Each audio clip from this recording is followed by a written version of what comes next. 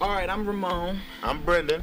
And this is the regular podcast. See, you supposed to say motherfucking podcast. See, why you always fucking shit up, dude? You supposed to say it at the same time. Okay, let's do it. All right. This is the regular podcast. No, that wasn't. You started off. Just stop. This is the regular podcast. That was dope. I like that one. We gonna keep that one. This is the regular podcast. You ain't had to do it that time. The outtakes. Look, man, tune in, man. Just we don't know when we dropping this shit. We just gonna bang, drop that shit like that. Trailer.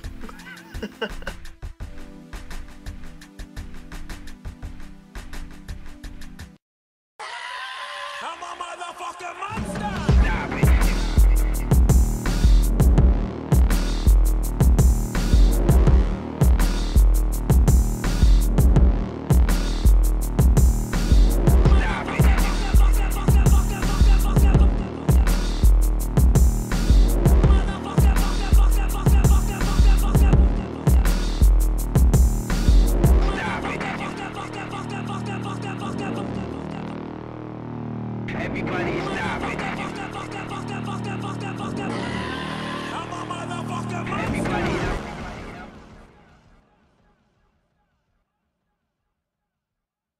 I'm like, and who gives a just because you play, you was probably the dumbest player on your roster. That don't mean you was because you was on the bench. That's like that'd be like if what's his name? Like if did Bibby get a ring in the Heat with the Heat? No, he didn't. No, he didn't. They didn't get that ring that year. But just imagine like I don't know that third string, that guy who got a ring with the Boston Celtics who had like red hair or some shit. Like nobody. Oh, Brian Scalabrine. Exactly. My point exactly. If he's like, yeah, because I've been there to the championships and I know what it takes. And no, you don't, bro. You average 20 seconds a game. No, he really did. He got playoff time though. Hell yeah. Niggas like Brian Scalabrine though. It's just Brian Scalabrine. Time I seen Steve Kerr's podcast, the BS podcast. I mean, not Steve Kerr, my dumb ass. Bill Simmons podcast, right? The BS. Oh, report. Bill Simmons, yeah. I didn't know he could get so scruffy. He always seemed like such a clean cut dude. Oh no, that nigga gets suspended. He gets suspended by ESPN and that's a lot. For what though? Like, what does he do? Like, he just be howling and talking shit. That's what I'm saying. It was so hype, dude. He like a young. I don't know if you know Tony Kornheiser, but he like a younger Tony Kornheiser than me. Like that real rough around the edges. He'll say whatever the fuck. I love him, dude. He had one of my favorite comedians on. So that's why I watched it and I'm like, damn, this shit like way kind of dope. Yeah, Bill Simmons, he don't. Matter of fact, I think that's why they pulled him off the NBA show. Cause I ain't seen him on there all season. It been like Jalen Rose, and then they'll have. I'm saying, he had scruff. Sometimes. He had all this scruff. He looked like Santa Claus. He had a lot of scruff, dude. He looked like a hood, like you know how niggas who have paint stains on them and shit. Yeah. The jeans be like overall jeans with the with the family union T-shirt under that bitch. Yeah, dog. With the yellow, it used to be white, but now it's kind of faded yellow T-shirt with a design on it. Got that dingy bitch on. Dingy. Dingy. I hate. But that's how he t-shirts. looked, and like he had a beard sitting back in that old carpet material pattern. He that nigga. That's what he looked like, just like a regular fucking dude. But then he was like dressed like a, kind of. Anyways, so yeah, what was he talking about, nigga? We were just saying though. Talking about the hits versus classic cuts. 2 Chainz is not as hot as Thug right now, and the reason he's not as hot. Okay, we can agree there. Agree that. That was the main thing. But then on the same token, you said he had. But I don't like hot. Right, and this is where I was getting at.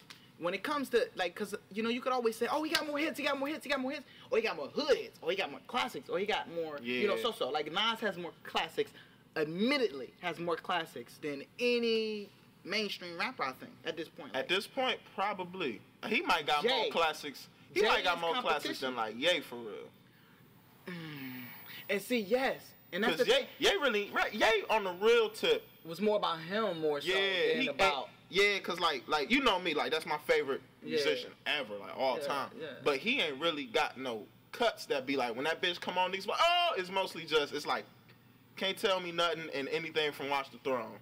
No, yeah. Other than that, he ain't got no bangers. You know why though? Because his vibe, and this is why this goes back to the thing we were saying. You can't compare artists of any kind, I don't think. Because and I'm just learning because they're just so different. And that's why I was saying going back to the hit conversation. When you look at Kanye, he has went into so many different levels, man, of music. Like, he went from hip hop to, he was like, no, I'm gonna shape the culture. He even, the reason niggas don't understand, Yeezus only was classic for two reasons. One, it was so different and weird, and at the same time, it still maintained the hip hop feel to it. Right. And two, he ushered in Travis Scott and a lot of other guys like that. If you ever listen to that Travis Scott project, it's the same sound, man. It's I call it me and my girl talk about it. We call it we call it avant-garde hip hop.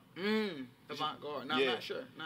Avant-garde basically means like you're like ahead of your time. Like, okay, yeah. I can't really get into it because I ain't like studied, but in art it's like avant-garde is like this big grand. It's like this grand ass shit, but it's ahead of its time. Right. And so it's like when you look at Kanye, like my favorite thing is Coachella set back in I think it was like 2012 or something like that. Yeah. And the shit was crazy. Like that's avant-garde hip hop, spot on. Right. And so when you look at the shit he did with like Yeezus and Dark Twisted Fantasy, Dark Twisted Fantasy is more avant-garde, but he did carry some of that over into Yeezus. Like when you listen to the songs, like like they kind of the same. No, you're exactly, and that's what I'm saying. How you go from 808? Listen to the college dropout to graduation was like a mind fuck. You understand what I'm saying? Yeah. Like, what the fuck?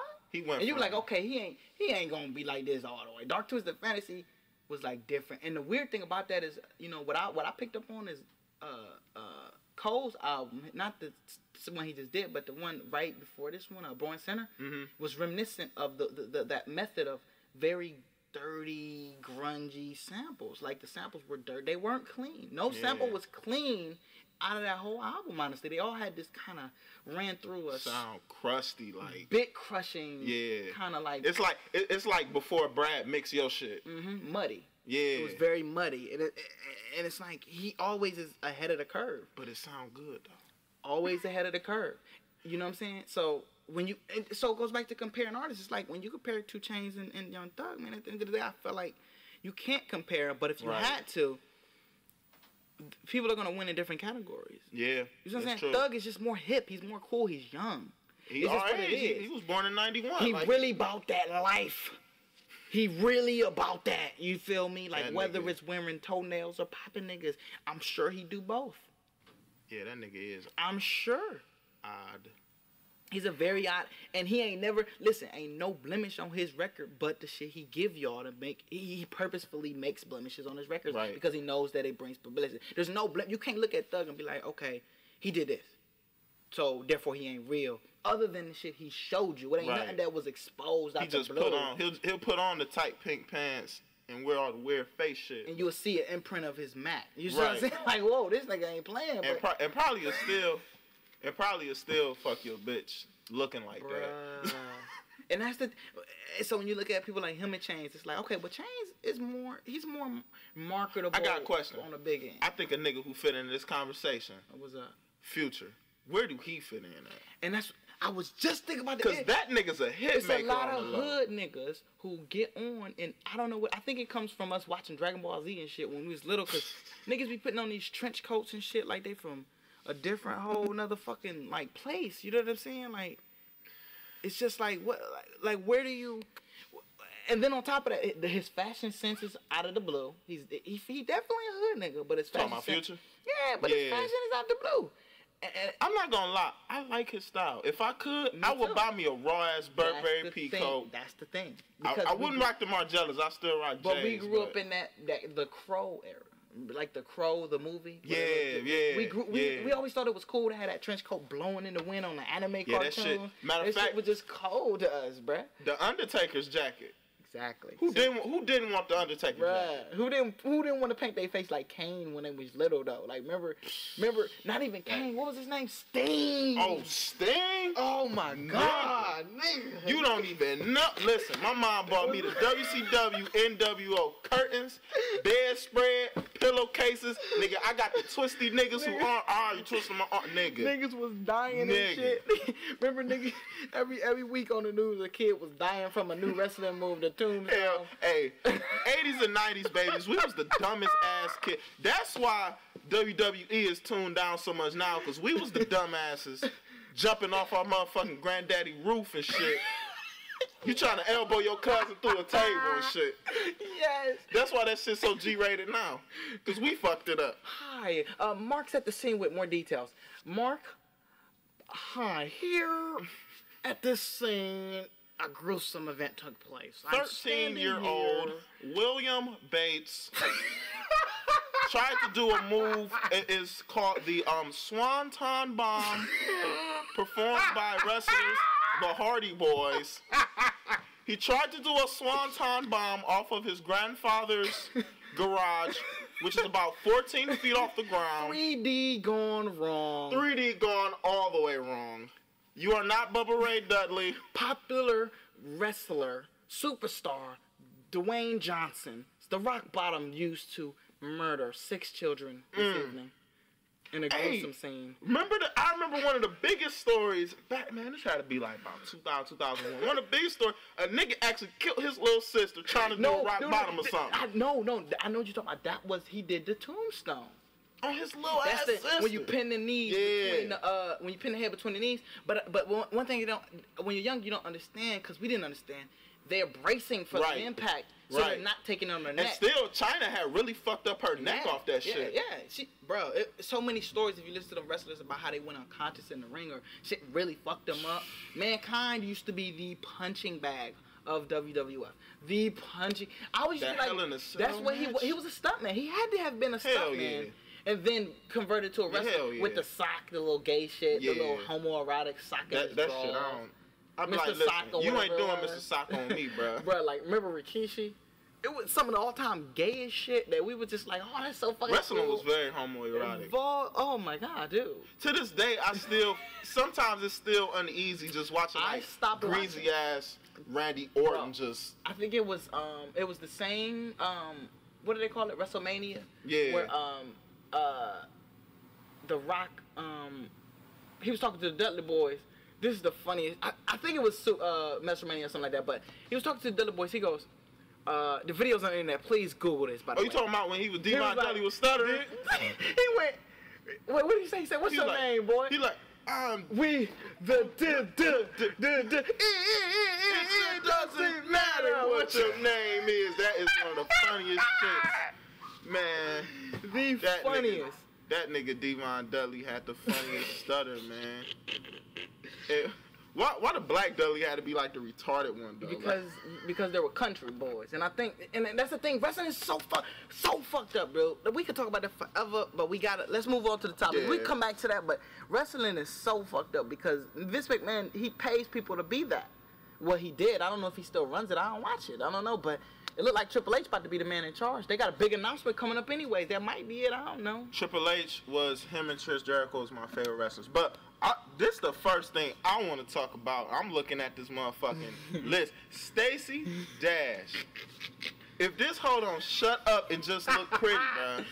She always making a political stance. I mean, remember she was Republican during the Obama race or whatever. She made it very clear that she's Republican. Look at her character on Clueless. I mean, that's her for real. Yeah, she's very stupid clueless. Ass Valley bitch. Yeah. And she's not even. I was doing some research. I don't think she's black, dude. Like I think she's dark, but she's not. Yeah, she probably is. She probably mixed with some other. Just fuck around. She be Thai mixed with Chinese mixed with. No, literally, like for real, like you know what I'm saying. I don't know. I couldn't find a source that said she was she was black, or not even completely black, but majority black. I didn't find a source that said that. She gotta have some black in her, cause that black don't crack. But her hair. And when you look at her hair, it ain't never out of place. It's weird. She just got a good ass hairstylist pressing that shit. Yeah, but her hair be falling out by now. What is she, 57 or some shit? Old bitch. Is? These old hoes that out hoe here. Is definitely about niggas' mama's age. Milk pussy. But anyway, she was talking about raping motherfuckers. Well, she was talking. she didn't even talk about raping people, but she was saying how girls who want to be raped or some shit like that wanna.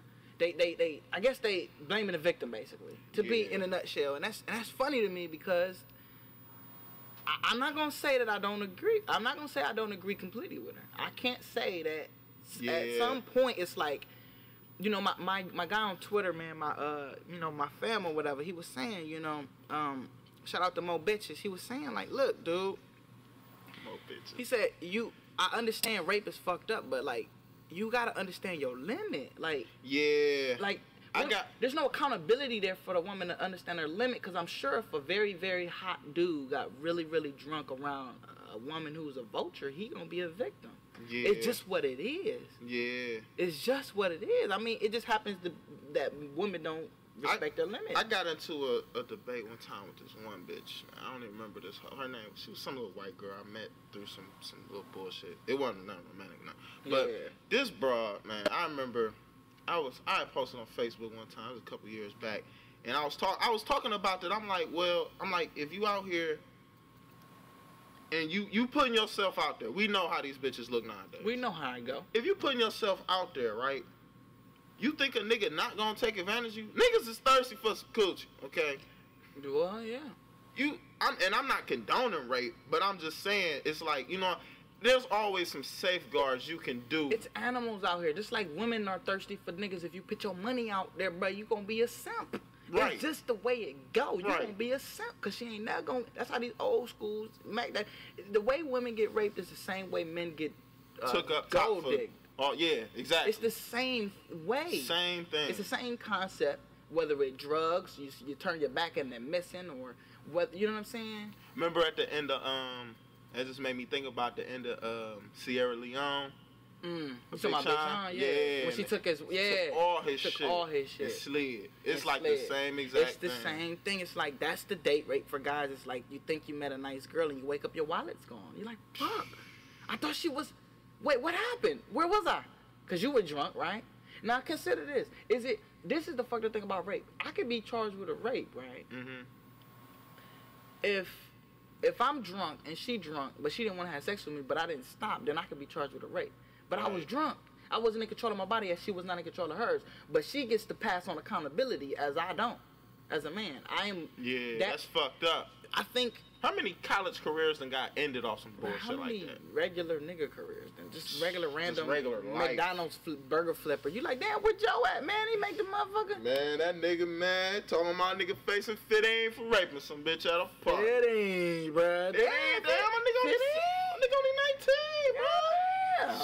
That nigga get out, that's a rap. Yeah. That nigga 34. All right, man, well, give me a double. Gotta carry on with my life, man. Hey, that's fucked up, because when you hear some fucked up shit about, like, a nigga you know, and the fucked up part is, like, because your life is still, like, in building mode. I can't dwell on my nigga too long. Well, give me 6 on 7. I see you in the morning, G. I see you, bro. All right, G. All right, bro. Man. Peace out. Damn. Woo-hoo! That shit fuck. But, yeah, I mean, with rape, it's weird, because sometimes I feel like the same way the system will dick over a black or Hispanic guy, it'll fucking give a woman every liberty in the world. Every pass. But that has to do, and this is the weird thing about it, because I don't want to get too into it, because then I'll be talking over myself and saying some dumb shit. It's like black people. Because it's like black people though. It's like as a black man now who made it somewhere in life. Right. I ain't made it nowhere, but I made it somewhere. Right. I always look back and go, would I have been here without the grants and things that made the programs for me to keep myself out of trouble being in the neighborhood I'm in? And it's like, well, maybe not. I gotta pass that life, because there are some white kids who, it's not that they don't live. It's not that they live in negative neighborhoods. It's just that they ain't got nothing to do with their spare time, so they end up doing other dumb shit. Dumb shit. Whereas I had passes. Let's try some meth, John. You know, and I understand the struggle on both ends. It's like white struggle. I understand it. It's and I seen some white, cause I went to Horizon, and Horizon, for real, Horizon is like, man, I say like 60% black, and then the other 40 is just a mix of Hispanic and white. And you see some white kids from some fucked up shit. I'm talking about worse than niggas living in the I know niggas who probably live in the projects down the way who got a better life than some white kids living on the west side. I do too. I'm sure. That shit be crazy. No, I'm sure. No, I know. And that's where the... Damn, I didn't want to take it here, but it's race. That's what we talking about. It comes down to, it's like the race issue. I'm starting to, as I get an older perspective, I start to understand. Like, it's like, man, it ain't about this.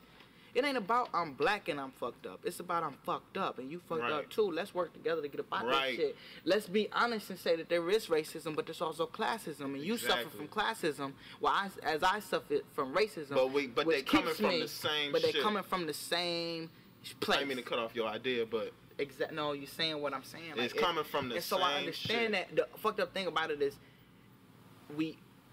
it's hard to make that understanding clear to some people because there are white people who are tired of complaining, blacks and minorities, which white is a minority, by the way. Anyways, it's a minority in the world. But when there are white people who are, literally like, I'm tired of hearing you guys complain, and I'm going through the same thing. But then there's black people who are like, stop complaining about me complaining, because what I'm complaining about is real. And there's always going to be that mixture. Who has to stop first? We don't know. Right. Somebody's got to be the bigger person. Right. I'm one of those people being the bigger person. Right. I'm not going to complain about my shit because I know it's fucked up everywhere. Right. But I know this, that I'm going to fight to change what's going on around me. I'm going to take accountability. There's an absent of accountability on a lot of ends, on a lot of shit, man. Whether it be rape, whether it be race, and how you play into your own demise. It's like you playing into the hand. Listen, you play into the hand of a rapist, man. If a nigga's a vulture and you get drunk around him, you played into his hand. Mm-hmm. You drinking a drink around a suspicious man. You know this nigga's sketchy. And even if you don't, you can tell when a motherfucker's sketchy most of the time in the club. Women always know. They want to play victim. Like, this is the crazy thing. Like, man, nothing against women at all, because they're very intelligent women. But there are a lot of cases where women get into issues, and it's like, but you saw that coming, baby girl. You knew that shit was about. But you seen that, baby. Like, you got a baby by this nigga, but I told you the nigga wasn't shit, right? I wasn't even trying to get at you. I just told you, hey, that nigga ain't shit, man. You better be careful. And you still had a baby by the, and then you broke up with a nigga the month after. Right. Is you silly? What's wrong with you? Then you want to play victim on social media. Niggas ain't shit. No, bitch, you ain't shit. Exactly. And you attracting not shit. Man, it's this girl I follow on Instagram. Went to high school with her, and she posted some shit just like that. Yeah. And I screenshot it and posted it myself. Cause listen, if you know the nigga ain't shit, and you know he out here fucking all these other bitches, and you know he ain't about to ride with your ass, why you let the nigga? I mean, all right, you want to have sex with him. Right. But why ain't let him put a condom on? If he don't want to put a condom on, make that nigga slide. Because you don't trust him, but you know that there's a safety belt waiting to catch you. When he births that child for you, it's gonna be bad, but it's gonna be good. Because that baby, that baby gonna benefits, and plus you always wanted a baby. Man.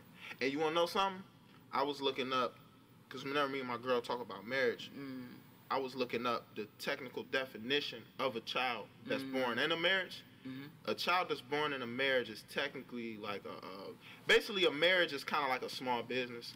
It's exactly what it is to me. And so when a child is born, it's a product of that business because it I don't know all the technicalities, but it benefits the U.S. government. You get a tax break. Yeah. You get a tax break. You not only that, if you can't support it, the government will take care of it for you. Kind of like when you have a small business and you need a loan. Yeah. You know what I'm saying? Like exactly. It is essentially that. I understand exactly where you're coming from. Having kids is a benefit because not only, let's say you didn't do so well in life.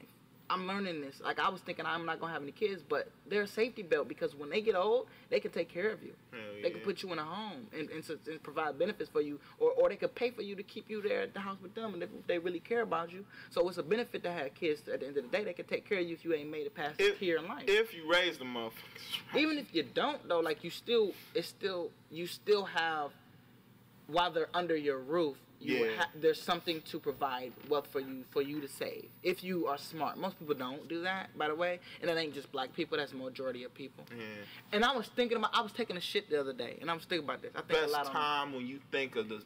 I think some of the greatest decisions in American history have been made while a president was taking a shit. I read that Edison was taking a shit when he took the idea from that black man about the. I ain't never read about him stealing black man ideas. From the light bulb and shit. I wasn't even here. Was that Edison who did? Yeah, he did electricity, and then the light bulb, he stole an invention from a black man that worked for him or whatever. He took the credit because black people couldn't own shit like that back in the day.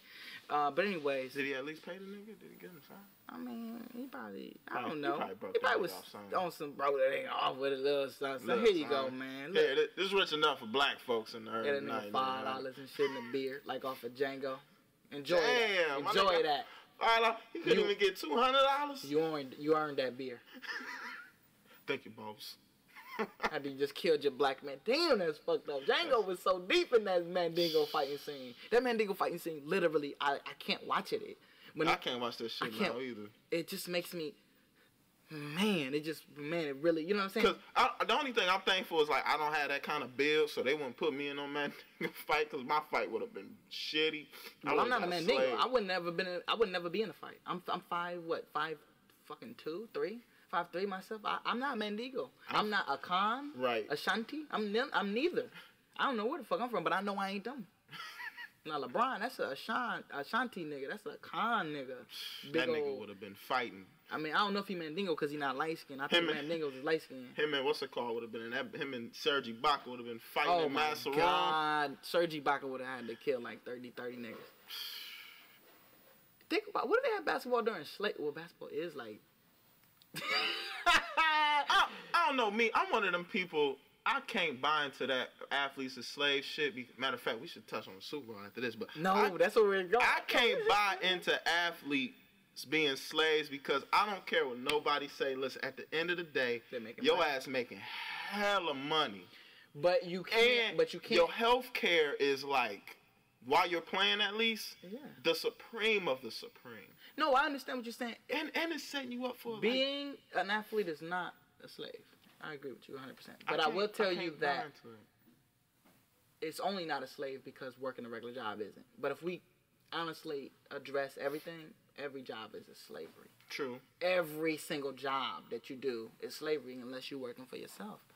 Every job is slavery. So it is. So technically, you know what I'm saying? You want to be like that. Technically, slave. But when people say, "Oh, them niggas out there," but them the most paid slaves. That's why niggas got opinions. Right. Listen, if for every dollar you have, niggas got 10 opinions. I swear, it's just the way it goes. True. For every dollar you make, that niggas see, every dollar you got, nigga got 10 opinions on that dollar, man. Yeah. Nigga, it ain't 2 cents, it's 10. Yeah. It ain't 2, it's 10, man. Niggas want to always have. Speaking of that, niggas always want to have a 10 cents instead of 2 cents. They supposed to get 2 cents. Keep your motherfucking change, nigga, because I don't want it, okay? We don't do browns around here, okay? You throw them to the motherfucking homeless, man. You got an opinion, go talk to a homeless man. Right, flick that shit. They could use a friend, okay? Right. It's a hard life out there. But this Super Bowl... What the actual fuck? The game... All right, I'm a football fanatic, been a football fanatic. I've been watching football since, like, 96, 97. Okay. Love it. It's, like, the greatest thing to me. Behind, like, it's like, it goes, like, happiness, weed, football.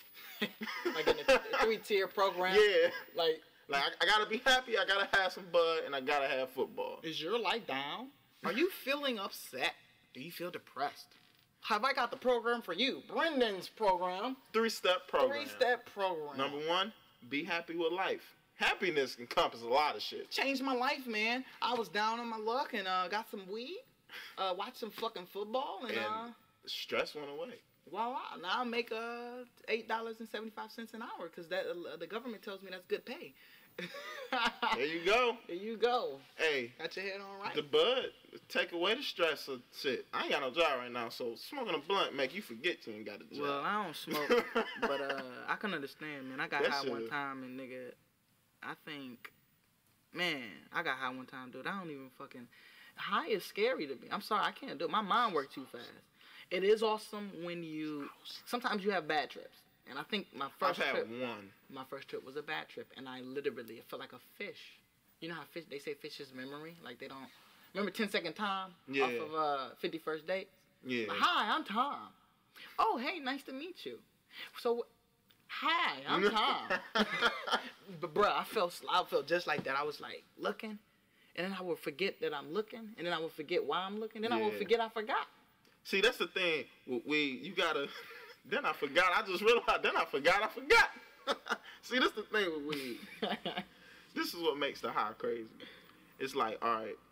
Number 1, first you gotta get used to being high, cause getting high for the very first time, that shit is kind of terrifying. You be like, what the fuck is going on? But then once you get used to it, it's kind of like, it's whatever. But then like. It's kind of like sometimes you gotta battle your high, even though that's not the best thing to do, because sometimes you'll blow your own high. But sometimes you gotta battle it to get it to the point. Like if I feel like I'm too slumped, I'll fight it a little bit and be like, all right. But that's the thing. It gets to, it's really intense, and then it reaches that level of like, okay, mellow. Now I understand. And then that's when you smoke the second one. And I understood exactly what it was when I reached that moment. I was just like this serene kind of like everything was just like everything in the world was under my control. Exactly. I felt like I got this now. This is cool. But initially I'm like, oh God, I have no control over my body or what's going on. It'd be like that. Yeah. My heart was beating fast because, you know, nobody tells you that your heart's going to fucking speed up. I'm like, oh, shit, my heart is running away from me. That shit get a little rough. And I saw a teddy bear in a Hawaiian shirt, like the Charmin bear. Yeah. It was dancing and shit in a Hawaiian shirt like Tommy Vercetti. It sounded like somebody might have laced your shit. Well, it was OG. Oh. It was my first time. Oh, OG. First time? OG. Yeah, see, the first time I ever smoked weed, I smoked Reg. So it didn't get to that level, but yeah, because my nigga Maine, the same with the GPA. But he, the first time we got him high, he was smoking perp.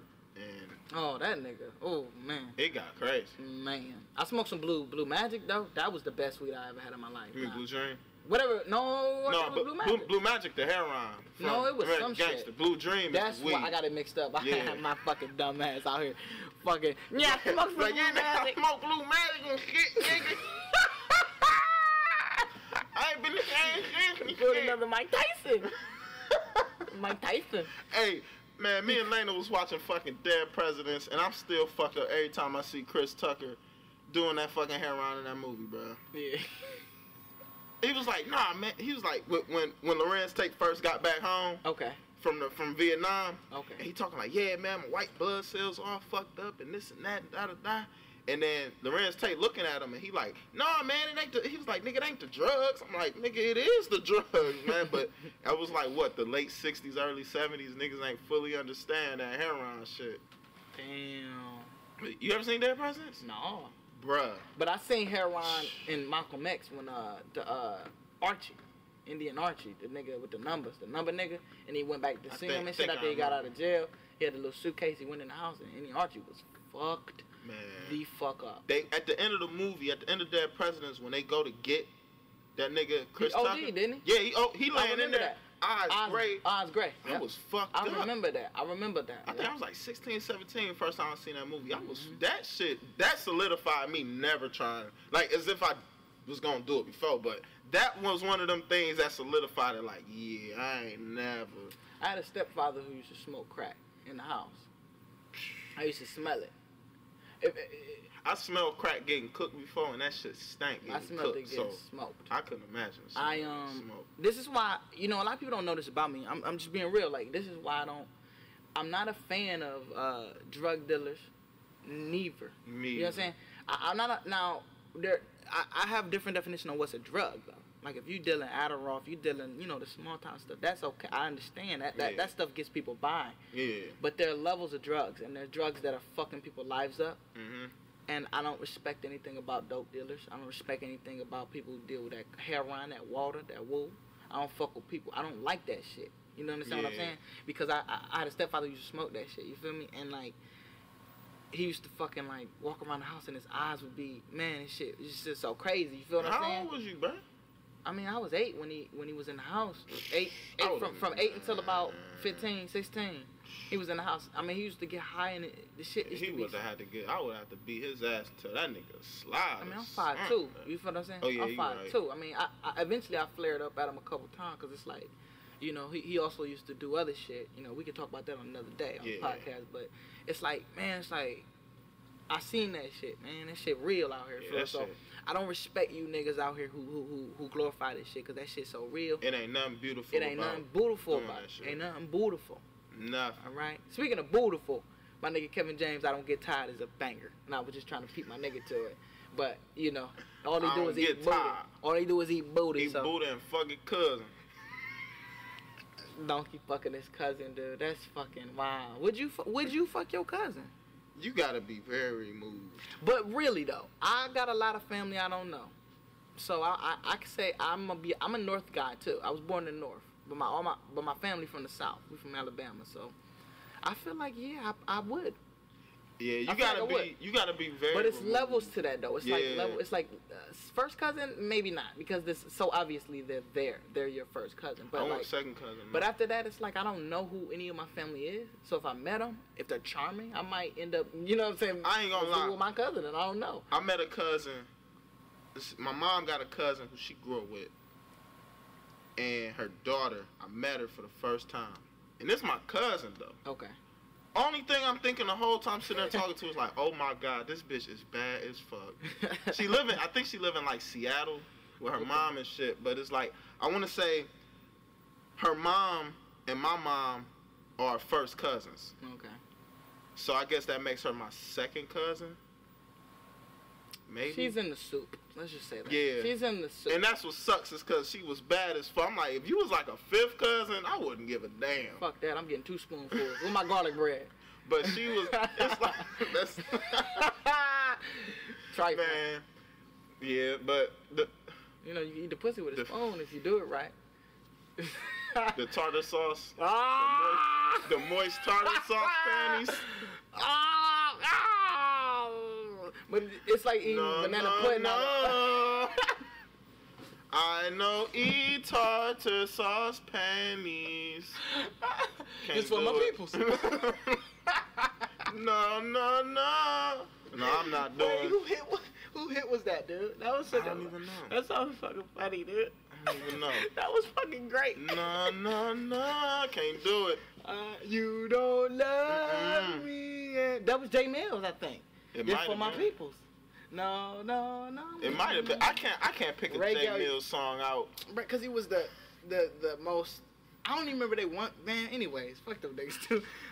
Man, we going off the fucking thing with this. But the episode is going. Superbowl, nigga. We was talking. That's what we was talking about, anyways. Super Bowl was raw as fuck. What in the actual fuck was Russell thinking when he did?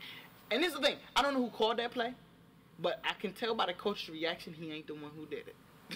The coach was like, "Yeah, no." He was the way crying. I look at it is this. He was crying, bro. For like a split second, he cried. He was like, "No." Because it was the Super Bowl. Yeah. The play is blown up more.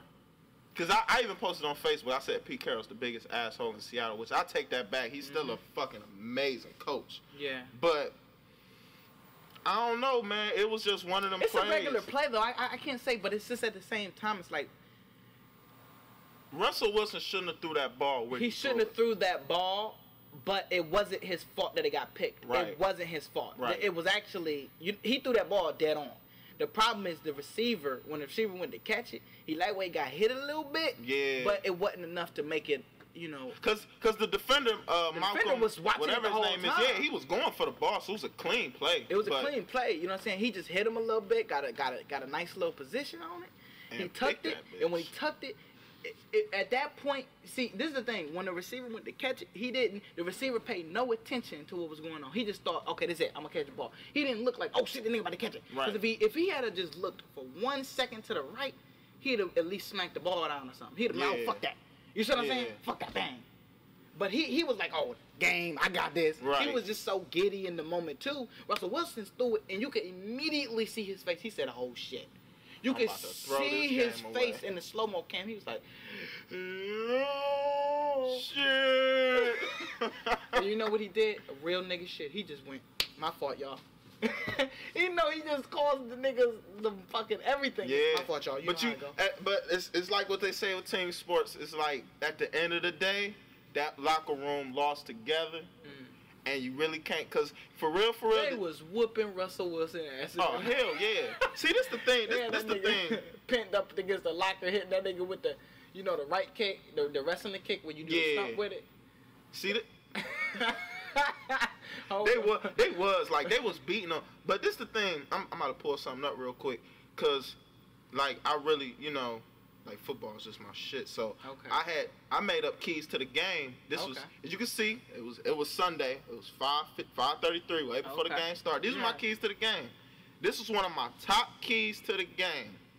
All right, Will Fork and Chandler Jones have to win against Russell Okung and that offensive line to stop beast mode. You know me and Marshawn mentioned. Now, they might not have stopped Marshawn Lynch because he still ran for like 100-something yards. He had a touchdown. Maybe would have had to. Statistics suggest he might not even scored if they handed it to him. That's what, you know, you got to take numbers for what they is at the time. But they definitely won that battle because, all right, Russell Wilson still got to do what he did. Scramble out. It was times where it was 10 seconds he just running around looking for somebody to throw to. Yeah, and then he fucking but made that secondary. Bruh. And that shit was the Seahawks are the dynasty of tomorrow. Whether you like it or not, they going back. Yeah, they going back. So that's why I think Russell Wilson was like, it's fine. Yeah. I'll be back. And this the raw thing about Russell Wilson is this. I've been one of his biggest critics. But I can't lie. Another key to my game was Russell Wilson just had to be him, smart and efficient.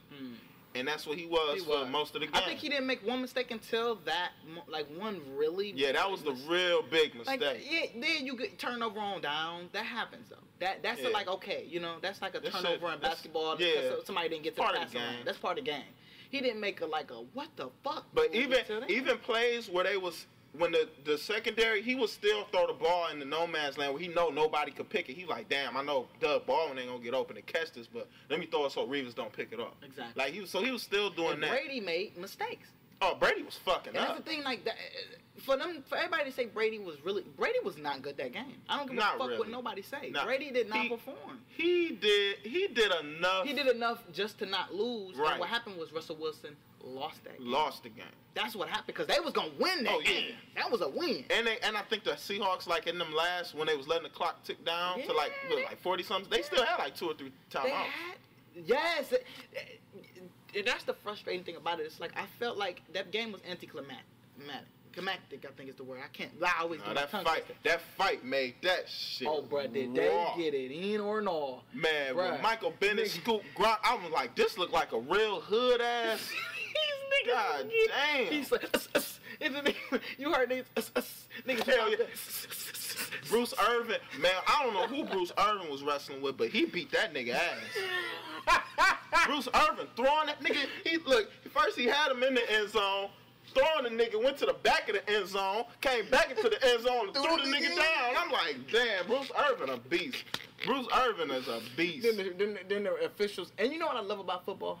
What's that? Aside from basketball, you get the ability to be a man, be that guy you are. In basketball, you gotta be a pussyfoot ass nigga. You feel what I'm saying? Man, to me. If you ain't Kevin Garnett or David West or another random great nigga, you a pussy ass nigga. But you gotta be though. It ain't that's the thing. Yeah, you have to be because I feel like Brian ain't no pussy nigga. I feel like Brian knocked the fuck out one of these niggas. I seen him almost knock.